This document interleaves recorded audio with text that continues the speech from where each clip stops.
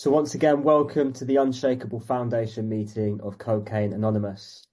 This is a main share meeting, and today it's with great pleasure and lots of gratitude that we welcome Tim M, who's come to share on the topic of waking up for up to about 40 minutes, after which we'll open up the room for the Q&A portion of the meeting. So with that, Tim, it's over to you. Thank you for your service. Very good. Thank you. I'm Tim. I'm an addict, and I also happen to be an alcoholic. I'm also a member of Al-Anon, and I've done many other things which I no longer do. I'm not going to give you their list. The reason I mention that at all is because whatever one is doing that is against God's will, God is powerful enough to solve, apparently, with enough willingness and sometimes with enough time. I didn't stop all of my behaviors all at once. Anyway, let's start at the very beginning. As Maria von Trapp would have said, start at the very beginning. I'm an addict. My date of sobriety is the 24th of July, 1993, which makes me 31 years and some change, sober and clear of nasty little substances. And my main fellowship is AA, but I have dipped into and visited and spoken in lots of different places, and I got friends all over the place. And I have to say, my program is a horrible mashup of everything I've heard in AA and in other fellowships, and all sorts of things I've heard outside as well, which have made their way in. I mean, the thing is that the program came from, we didn't make it up ourselves. You think we could have made this up ourselves? We got it from somewhere else. We got it from the Oxford groups, and we got some medical knowledge from Silkworth, and we got some knowledge about psychology, in fact, from Harry Tebow. Now, I agreed to do this a while ago, and it was asked, well, what topic? And I thought to myself, I don't know. And I said to God, well, what shall I talk about? And the phrase came to mind, waking up. I must have been thinking about waking up or being asleep that day. So that's what I'm going to talk about. I haven't prepared anything, on the basis that if I need to prepare something for something like this, if I'm going to talk about, someone says, come and talk about concept 7 and how it relates to this aspect of the service structure, I might want to do a bit of homework. But the point of this kind of deal is that I'm really telling my story. What was the asleepness? To wake up implies I've been asleep. The asleepness when I was using, I didn't look asleep. I looked pretty busy. My days were filled with waiting until I could drink and do some other things, and then doing the things, and then doing the things way beyond the point at which I was enjoying myself, and then recovering from doing the things. I remember someone at a meeting a few weeks ago said when he was drinking, he would lie on his bed at 2 o'clock in the morning with his foot on the floor and one eye open to stop the room spinning. And I thought, I remember that. I haven't heard anyone talk about that for a long time. I remember that exact feeling, thinking, I wish my head would stop spinning because I need to get up tomorrow and I've drunk so much and it's late and it's all a catastrophe anyway, because I didn't do anything I should have done today. And I really need to go to sleep, but I can't because my head is spinning. And I'd wake up, I'd open my eyes and then the room would stop spinning. Then I'd close my eyes and then the room would start spinning again. And that would go on for a long time. But the foot on the floor helped. I don't know why. I looked pretty busy and you wouldn't have thought that I was awake. Um, God is very patient in some ways. So I was allowed a lot of rope by my higher power, the higher power, my higher power, as if it's in my pocket or belongs to me, or as if I can operate the levers. The higher, the higher power gave me a lot of rope. In that, I very nearly destroyed myself completely in 4 years. It was 4 years between really going on the lash properly on a daily basis and coming into recovery. But even through those 4 years, uh, I think God was occupying himself with me. And I don't think because I'm special. I think he probably occupies himself with a lot of people. Apparently, he's terribly good at multitasking. People aren't. They say that multitasking makes you as stupid as dope. But God apparently is very good at this. So he can interfere in people's lives left, right, and center, do one thing with one hand, another thing with another hand. And I think the phrase they use is wake up call. I had so many wake up calls. In other words, I had so many situations that got my attention. But I battled on bravely with the drink and the other things, blithely ignoring these. But also, to get help, one's got to know there is help, and one's got to know where to find it. I think, frankly, it's terribly easy today. People are connected with each other in a way that they weren't 30 years ago. If you were stuck in a village in Dorset and say, well, I want to give up drinking, well, what do? I don't go to the library. I mean, I can't imagine. Now it's much easier. There's Google and people are just aware of things about addiction recovery.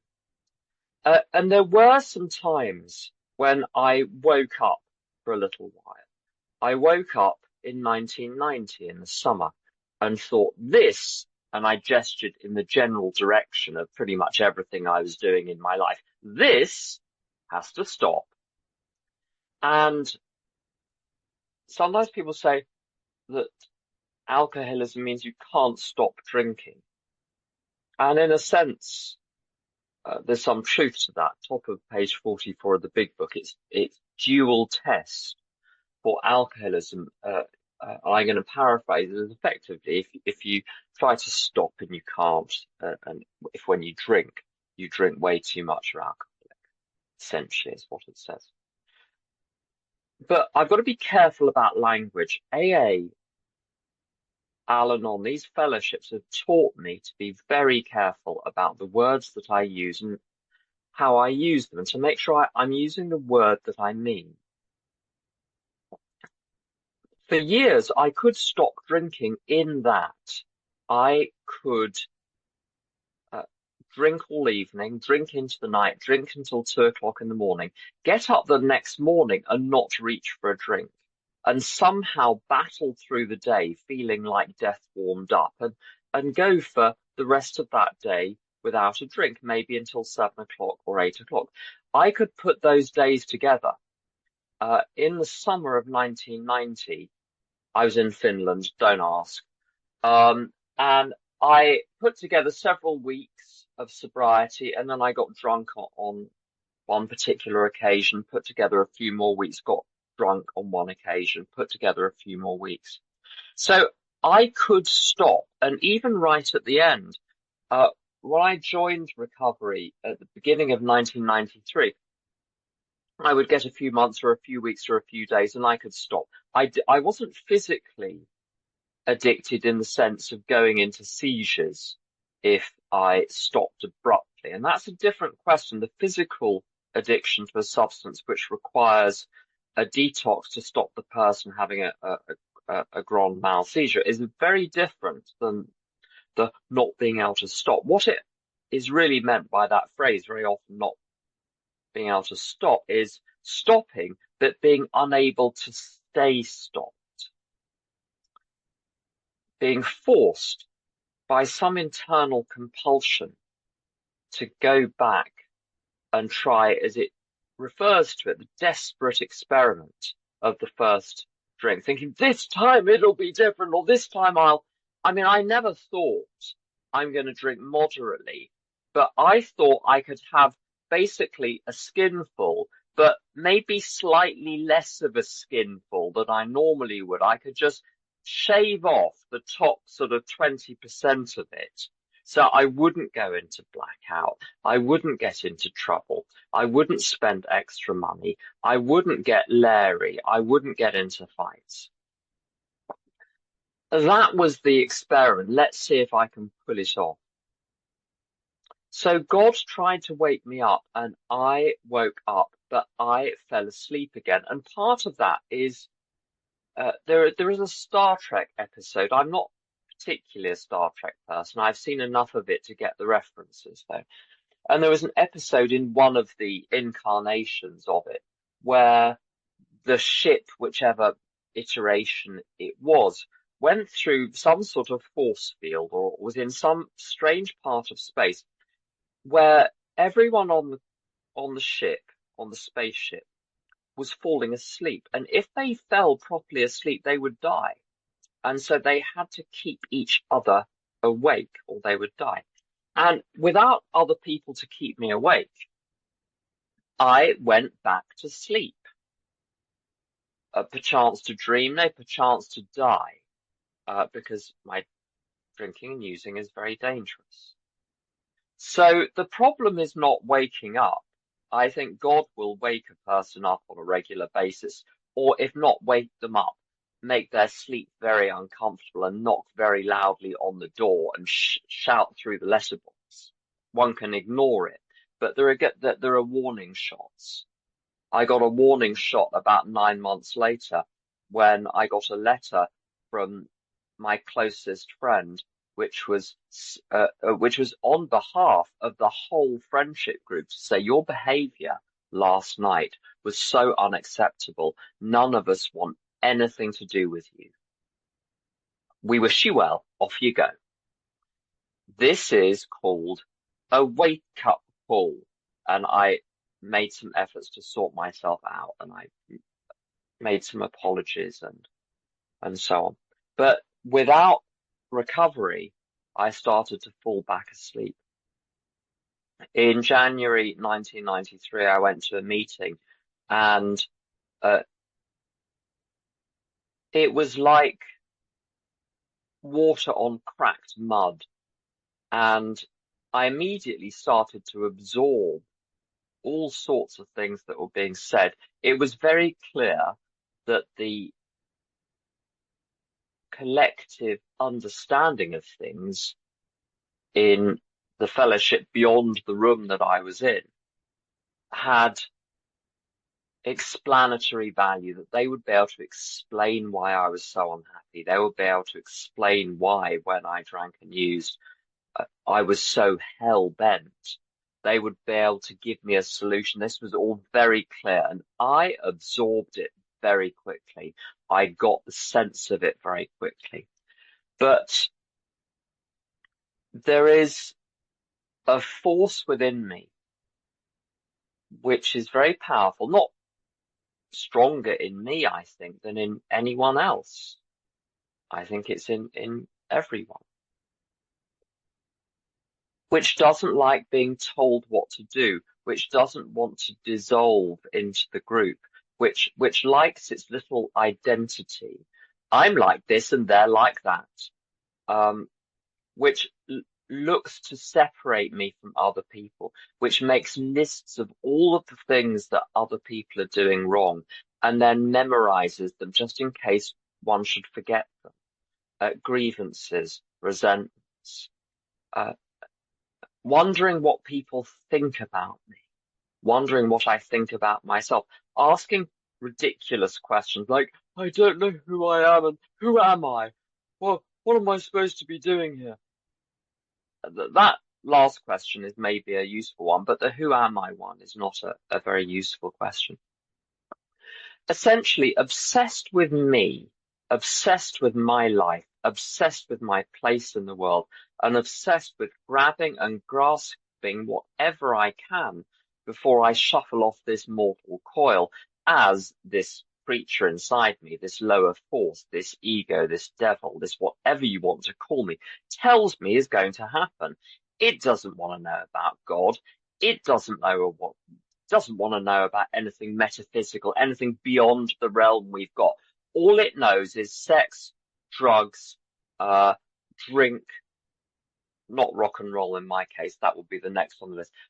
Power, money, prestige, comfort, thrills, the achievement of ambitions, the attainment of a particular position in the world, the accumulation of wealth, either to show off or to feel superior, or to prove I'm someone, or to build buttresses or fortresses against the world so they, whoever they are, can't get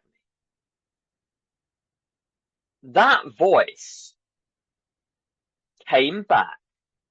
It had been silenced at my first meeting by some kind of spiritual sucker punch, but it started to make its way back. And you know what? That voice, the ego, the devil, the lower force, the evil inclination, had already started to make itself felt by the end of my first meeting. So I really enjoyed the first meeting. Great. Afterwards, a little crowd of people who were taking pity on me. I was 21 and I was pitiful. 21 going on 45. Someone years later said I looked like a ghost. They thought I was literally going to die, possibly in front of them. And they said, "Do you want to come for coffee?" And the little voice inside me, which always sounds like it's speaking in my voice, said, now, what I said to them was, I think maybe next week. What I thought, the little voice said, me? Go for coffee with you? You think I've sunk so low? Think again, sunshine. That was by the end of the first meeting. It's quick, isn't it? It didn't take long for it to get its little script ready and start talking back. And the trouble is with that voice keeps me in a daze. A sleepness is being asleep to reality and being stuck in a fantasy world. And that voice is what keeps me stuck in the fantasy world. And if you're not an alcoholic or an addict, you can muddle through the world pretty well with that voice. And it will get you stuff. The world is built to give that character what it wants. It's structured to do that. It's designed to do that because everyone's got the same script, essentially. So you can stay stuck in that for a long time. As an alcoholic and addict, I can't afford to have that voice be my director. It said in Bill's story, alcohol was my master. People are struggling sometimes with the notion of handing their wills and lives over to the power greater than themselves. What do you think you've been doing for the last few years other than handing your will and life over to a power which, as the chap in East London says, my head wouldn't let my feet rest. I remember on roving around, drunk and doing other activities, thinking, I just wish this would stop so I could go to bed and sleep for about 3 days, but my head wouldn't let my feet rest. Something inside me that was more powerful than me was in charge. It was keeping me in a state of asleepness, which felt like awakeness. Have you noticed when you're having a really bad dream at night, it feels like you're awake, but you're not? That is the form of asleepness. The asleepness isn't like the asleepness of a little dog that's had a lovely run in the park and has tired itself out. It's the sleepness of It's the sleep of an endless nightmare. That is the thing that I'm to wake up from. What persuaded me in the end to toe the line in recovery was alcohol. It talks about alcohol being a great persuader, and other things have been great persuaders too. Uh, Sometimes people say that we shouldn't talk about God too much because it'll scare newcomers off. If your drinking and using is not so frightening that you can take someone else mentioning God occasionally, my drinking and using had to get frightening before I was ready to come to a meeting. My drinking and using is terrifying. What's terrifying about it is having to watch, having to be there for it while it drags me round, pushes me in front of moving vehicles, gets me arrested, and then has me saying, "More, please." What did I have to do to wake up? I get the sense from this meeting, group, gathering, whatever you call it, that there are a few people who are pretty switched on. And you know the drill, the steps, meetings, sponsorship, service. The book Alcoholics Anonymous refers to itself as the basic text, and describes how the program is comprised in its first few chapters up to 164. And sometimes the program is presented as just steps on page 59 of the big book. So a couple of hundred words summarized under 12 headings. The book itself says well, it is the steps, but it's not really the steps. It's a summary of the steps. So what are the steps? It's the whole thing. I was in recovery for a number of years before I tried. I remember the desperate experiment of the first drink. I tried the desperate experiment of, right, let's take this book.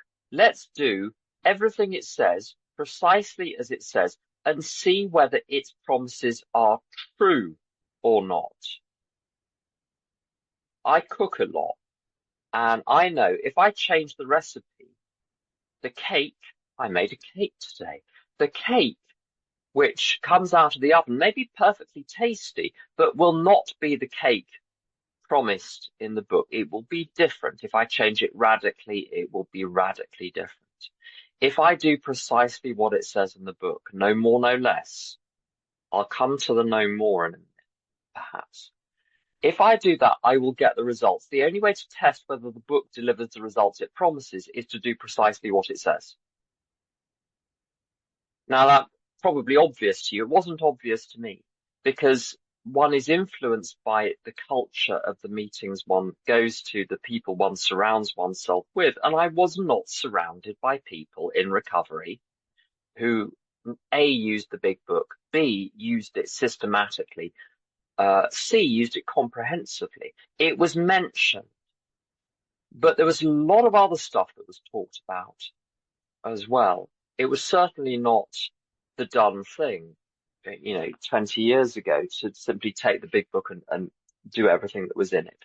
I acquired the notion of doing that from some tapes I heard from some Americans, dare I say, who seemed to have their heads screwed on.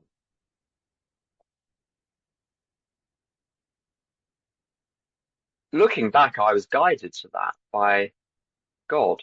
I can't see any other explanation for it. And it shows you prayers are answered. One might not even have known one was praying. One might simply have been crying out in desperation in some way, wordlessly, to God, but God heard. Willingness will always find a way.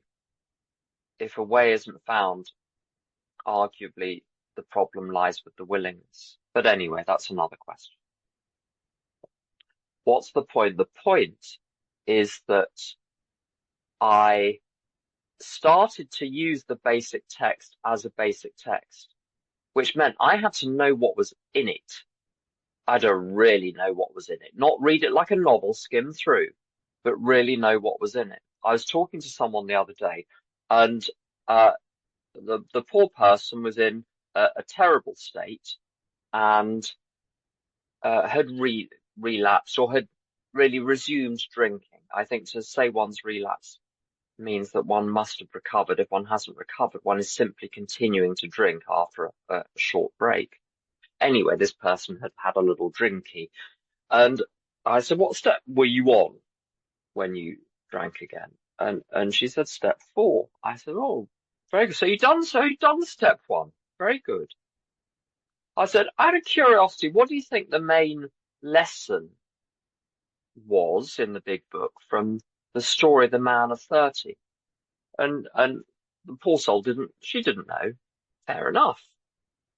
But this is being on step 4 and not knowing what step 1 says. It's no good going through it once and thinking, well, I've done that now, and retaining none of it. One's got to retain it. And no one can force it into my brain. I've got to read it and reread it and reread it and apply it and apply it and apply it, and eventually it goes in and starts to become the DNA of how I live, the DNA of the new person that I become, the DNA of the awake person. Now, doing everything that the book suggested, apart from the fact it delivered the promises that the big book, well, promises, in a startling and very quick way. I mean, I was amazed at how quick it was, partly because the steps that I took, particularly the step 8 and 9, was very quick. I processed, I had, by the time I was a few years clean and sober, I had a number of years of recovery behind me, and I was no slouch generally, and I had some common sense and I had some sensible people around me. So when I went through the amends, I processed a list of 70 or 80 people in about 9 days and made all of the amends that came out of there that were due, and cleared the list until I got to a point where I could say, really eye to eye with God, there's no one left. I'm off the hook. Finito.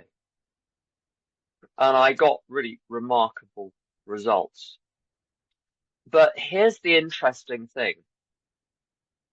The feeling I got when I completed the last of the amends, and I went for a long run and did a meditation on the run.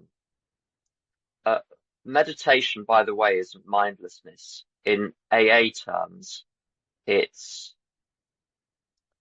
taking a thought and concentrating on it, taking an idea and saying, how does this apply? Reading some materials and letting those materials soak into me. It's not about me putting myself in a bubble and staring at myself and looking at my thoughts and trying to detach from them. It's 180 degrees the opposite of everything I thought meditation was. Concentrated, directed, deliberate thought of higher principles and matters, and how those can be brought to bear in every area of my life, my beliefs, my thinking, and my behavior. It's the most intense thought of the day. It's not the least intense. It's not a way of switching off. It's a way of switching on. It's not a way to achieve an emotional state. It's a way to create a contact, or to further improve my already created contact with a power greater than myself, with God, so that the channel is open. God can literally tell me what to do today. That is meditation.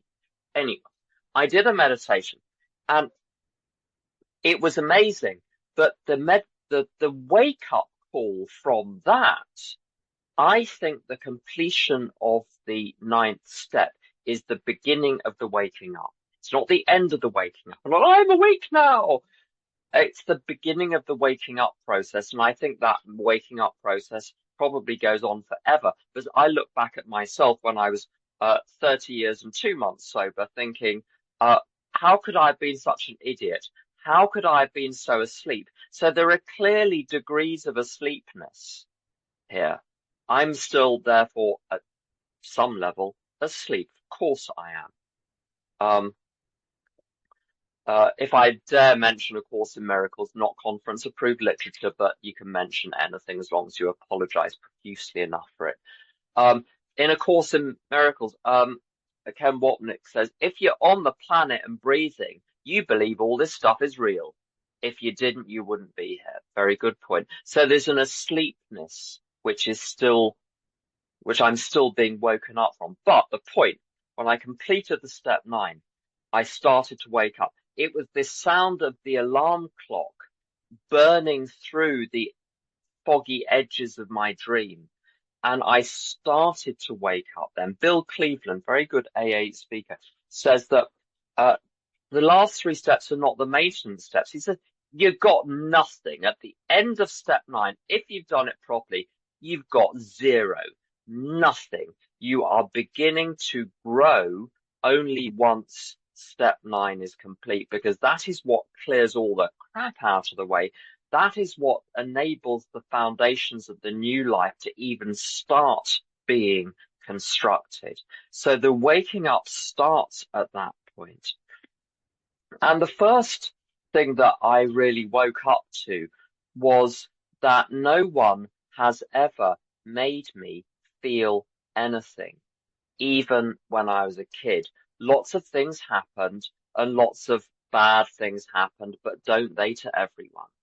There are differences of degree, I'll grant that. And everyone always thinks their story, most people think their story is worse than other people's. But everyone's got some stuff. But even that stuff, it is not the incoming event that causes my emotion. It is my reaction to it. I was talking to a psychologist many years ago, said, yeah, like 75% of your character is actually built into the DNA. You're programmed by the DNA to react in certain ways. It's coming from you. It ain't coming from the outside. And the amazing thing is, that is, I remember even at 7, 8, 9, choosing pathways. Could I react like this or react like that? And I had examples of really good behavior around me. I had examples of really bad behavior. I had examples of people that had peace of mind and were cheerful and kind and useful and wonderful. And then examples of whack job neurotics. And I recall looking at the whack job neurotics and thinking, you're the ones, you've got a notion of how things are really going on here. I remember the choices that were being made. But even beside that, all through my life, there has always really been a choice about how to respond to things. I'm creating my own emotion from the thoughts that I have about the things that are happening. And what my inventory over the years has become, on the internal side, is looking at what false beliefs are creating those negative emotions. The phrase which sums this up, which I got from my friend Astrid, is the calls are coming from within the house. And this is why I'm very careful about how I talk about things. I won't say this event happened, it made me feel ... I'll say, no, I'm choosing to respond to this situation in a particular way. Why am I doing that? My sponsor says, if something repeats, it's because you like it. And why would I keep choosing anxiety? Why would I keep choosing grievance and resentment? You know why? When I'm full of grievance, when I'm full of resentment, when I'm full of fear, which I tell people I don't like this at all, guess who is occupying my consciousness? I am.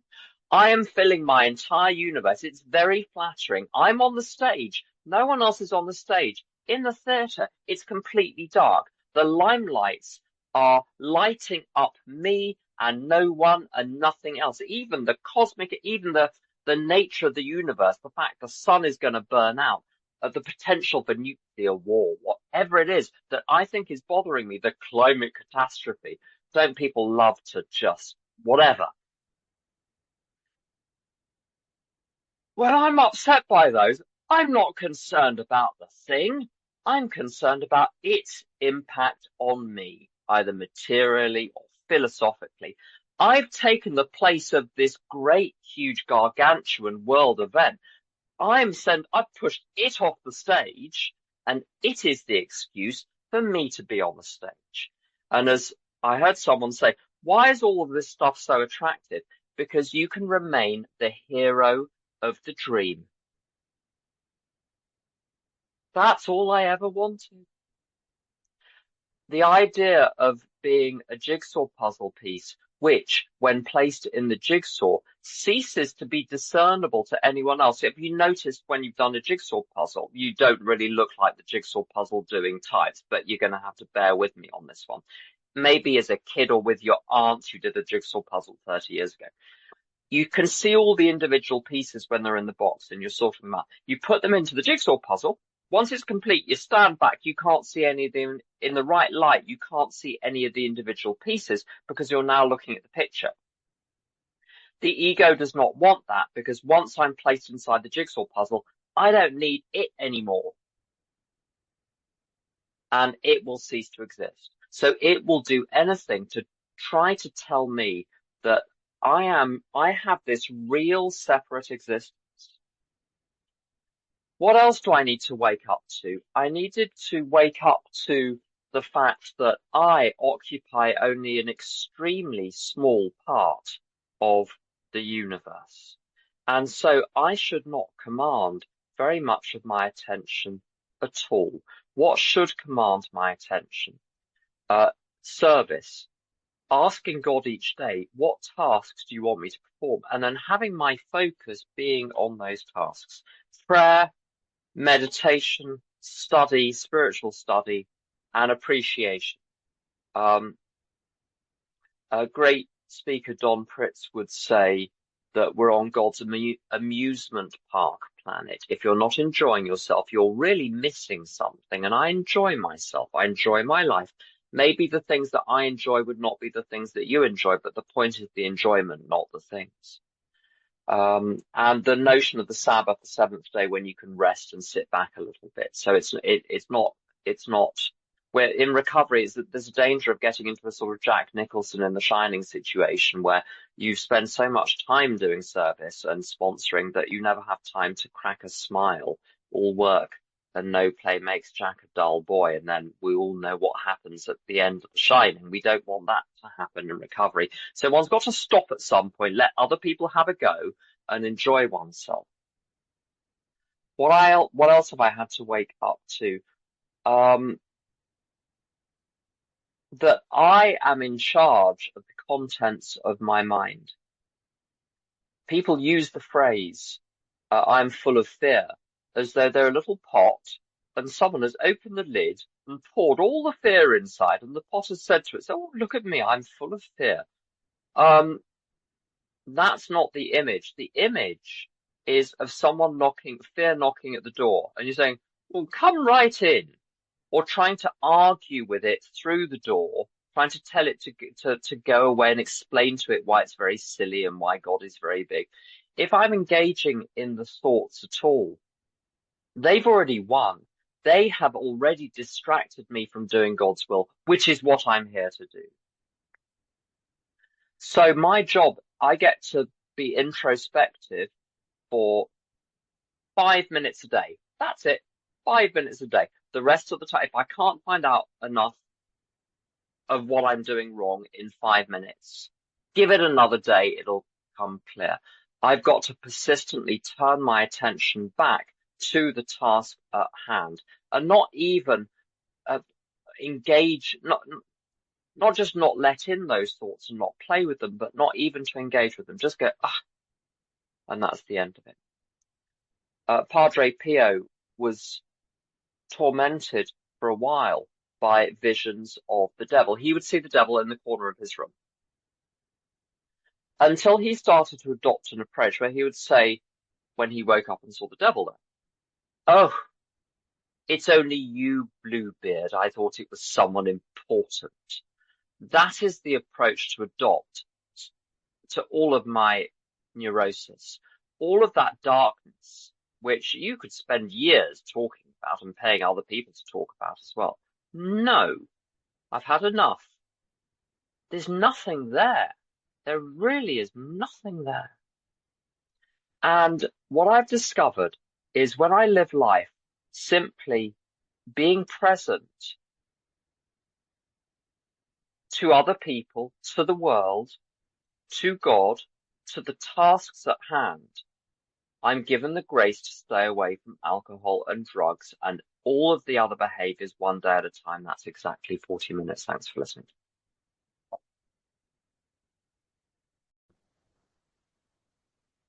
Yes, thank you. Thank you, Isaac. Hi, everyone. My name's Young. I'm a grateful recovered addict. Thank you, Tim. It's always wonderful to hear you. You're a great messenger. The question that came to mind after you mentioned the Course in Miracles was that bit in the book where it says, "Be quick to see where religious people are right, make use of what they've got to offer." And I just wondered over, I can't remember, 30 odd years you've been around, and as you've woken up, how has that played out in your life and your recovery? Thank you, Tim. Thank you. So the question is being quick to see where religious people are right. I have to say, I'm very disloyal in that I'll read anything which helps. I do, and I'm not going to say what it is. I do have a religious tradition that I follow, which is what I believe. But frankly, I'll take what I'll take what I can get. Now, the basic principles of what to read, who to listen to, what to watch. I think there are some principles which are very important. The first one is if I can't reconcile the principles to the basic principles of the 12-step program, I'm not interested. If it seems to want to pull me away from that towards something else, if a tradition wants me to microdose something or macrodose something or cup hands drinking chocolate, that's one of the more recent ones, because the chemicals create a special effect. Not interested because it's at odds with our program. Fortunately, very few spiritual things I've come across do create a problem with the program. It seems amazingly flexible. I've got on best with traditions where God has some kind of personhood, and I'll tell you why. I tried all sorts of other things, and really, what I was doing was trying to avoid the question of who would be in charge. I loved the idea of certain traditions when I was in my first few years, where there wasn't actually a God, but there were just sort of general spirits or forces in the universe, because they didn't represent an authority challenge. The notion of God with a capital G, there's an authority problem there. Who's going to be in charge? It's not going to be me. And what I came to in the end, now I know that lots of other people make the program work extremely well as atheists, as agnostics, as Buddhists, as Zen practitioners, as Taoists, as Shinto practitioners, whatever. Fine. But for me, as they say, in step 11, it says we prayed for knowledge of his will for us and the power to carry that out. God's will, to have a will, something must be sentient and intelligent and have a mind. I've basically got some kind of person. To pray and meditate, I find it much easier to have a God I can talk to and have the sense that I'm not talking to a kind of an interface. I'm actually talking to someone who can listen. Maybe that's my limitation, but that's what I found. A couple of other practical things. There was a Course in Miracles teacher. There is a Course in Miracles teacher called Earl Purdy. I'm not trying to plug Course in Miracles in particular. It just happens to have come up in the question, in the answer to the question. He says, if you're unhappy, take the Course in Miracles, although it will be true with the Bible, it will be true with basically any spiritual text. Read it until you're happy. if you read it for a few hours and you're not happy yet, you haven't read it for long enough. And it reminded me of the line in the 12 and 12, where Bill, very, very naughty and very clever. He says, almost the only scoffers at prayer are those who haven't tried it enough. So if you're scoffing at it and you've been scoffing at it for 5 years, give it another year. Try that. I had February, which is the longest month, was a month of blessing. Now that sounds nice, doesn't it? What is a blessing? There are three types of blessing. The first type is when an amazing thing happens out of the blue. The second type is when something apparently bad happens, but it turns out to be a blessing. It turns out to save you from something. The third type of blessing is something which is incredibly painful, but forces you to grow to a higher level. I had the third type of blessing in February. And when the material hit the fan, and it was all inside me. I mean, there were minor, trivial, external things going on, but when the material hit the fan in me, I made sure that my program was nailed down with right action in service, in sponsorship, step 11, step 10, step 12, talking to a sponsor, talking to peers in recovery. Fine. But literally every spare minute I had, I was listening to spiritual materials, watching stuff, reading stuff, figuring out what is the lesson that I'm supposed to learn. There were about 30, 40 lessons that I needed to learn. Hours a day. I need to do that periodically. But all of that stuff is in addition to rather than instead of. And I think there's another question from Danny. Thanks, Tim, and thank you, Young, for your question. Danny, would you like to come in? Yeah, thanks, Isaac. My name's Danny. I'm an addict, and thank you so much, Tim, for your service tonight. My question to you is, you shared about how you do some meditating while you're out running. Could you expand a little bit more on your daily spiritual practice? And if you are meditating when you're out running or walking, do you always make time to get still with God and meditate, still, or do you just do it when you're out running? Thank you. So, question about what the spiritual routine looks like. My answer is going to be really annoying because, frankly, it changes almost every day.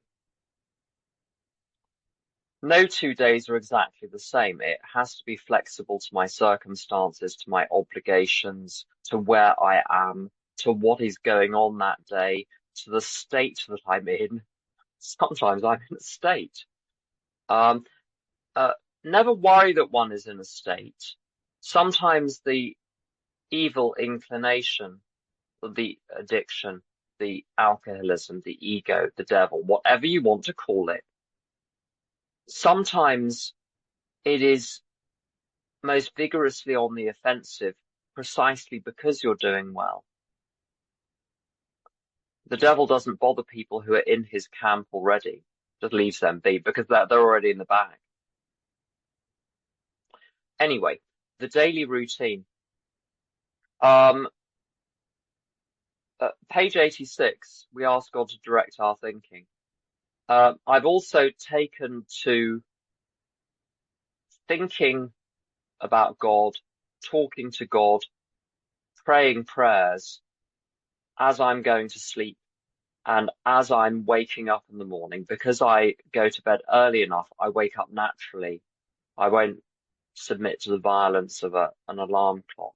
And the natural waking up means there's a good hour to half an hour of actually being half awake. And after a few years of practice, you end up just praying during that time because you trained yourself to.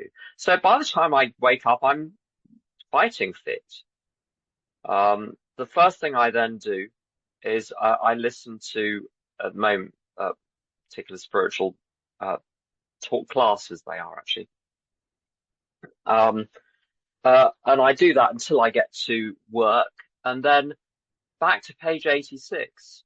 we consider our plans for the day. Now, I've got some various readings that I do and prayers that I pray and prayers that I mine, repositories of prayers I mine. I look for one line that I think, okay, that hits the mark for where I need to be today. Inventory from the previous 24 hours, plus corrective measures for the next 24 hours. So what should my attitude be in the areas which are problematic? Write it down. But most specifically, and this is the meat and potatoes of it, literally, what does God want me to do today? What tasks? It says God is my employer. And so the purpose of the meditation is, the central part of it is to acquire a knowledge, a plan for the day, so that I can then get on with the plan, not worry about anything. Everything is now in God. And once you've got the plan, I'll tell you what's in God's hands. The past, gone. The future, gone. The world, gone. Other people, particularly gone. Me, not interested. My life, not interested. The results of anything, not interested. That frees up the whole day for me to actually do the things and have my mind present for the things. I don't particularly need to be still to meditate. I need to be awake and present. And meditation is an activity, and it's just like anything else. As long as I've had my breakfast and I have my cup of coffee and I'm ready to roll, it's something I activate. I don't need to be in a special mood or a special position or have my breathing or heart rate at a special pitch. That's about the body. Meditation is about the direction of my mind towards God.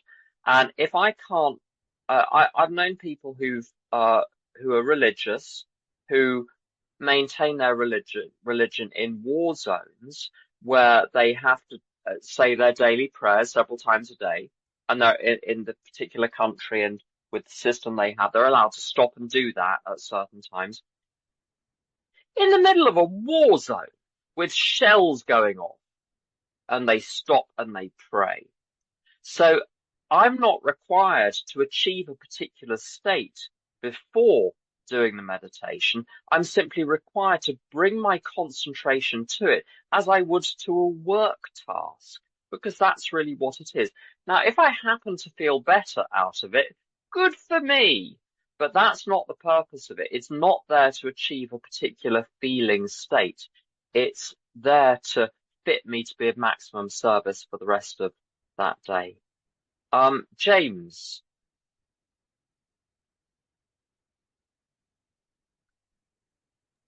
Hi there, Tim. So first and foremost, I would just like to thank you for this main share, because genuinely it is one of the best I've heard. So yeah, thank you for that. Now, so just to add a bit of context and to try and keep it short and sweet, I am an addict. I've worked the 12 steps. I'm about 70 days in now.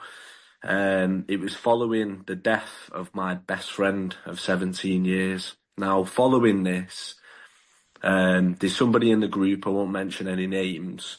It's her brother who she lost. So she has attended a meeting with me just to understand addiction a bit more and some of the stuff that her brother did and some of the trauma that she may suffer with around it. So off the back of that, it's actually give her some motivation to start looking at working some steps herself for her own spirituality. However, she's not an addict like us. So what would you suggest? I know you mentioned a group earlier. Is it Akron? Because she would like to also do some step work herself, just with the removal, of course, of the first step. Okay, so the question about, if you've got relatives or other people you've been close to who have had trouble with drink or drugs. the great thing about the 12 steps is that they can be used by any bunch of people who want to, with permission from AA, and AA gives it very freely. It's given it several hundred times.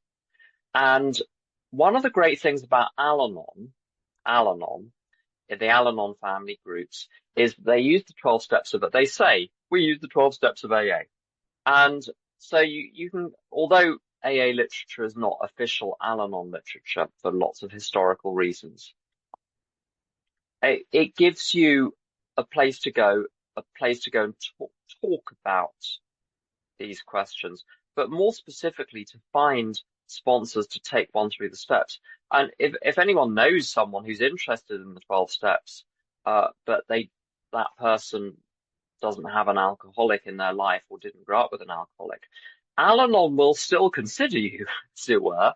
There are even there's one story in the main Al-Anon book where it says that this person went to Al-Anon meetings for some particular reason, and they don't know who the alcoholic in their family is or was, or if there even was one going back generations, but they so identified with the problem, they picked up the Al-Anon solution and it worked. And Al-Anon won't ask any questions or try to qualify you. So Al-Anon is the go-to. If you haven't got any active addictions, Al-Anon is the go-to place if you want access to the 12 steps. And if one can find a big book person within Al-Anon, which is possible, it's a little bit hard, but one can do it, then that can be very, very helpful, because it's hard to understand the steps in any other context without having gone through the big book, because, well, that's where it came from. So to understand them fully, you've got to read the basic text. So that's the answer to that. Thanks, James, for your question, and thank you, Tim, again for taking the time to answer those. That now brings us to just after 9 p.m. UK time, which brings us to the end of Q&A, but not quite the end of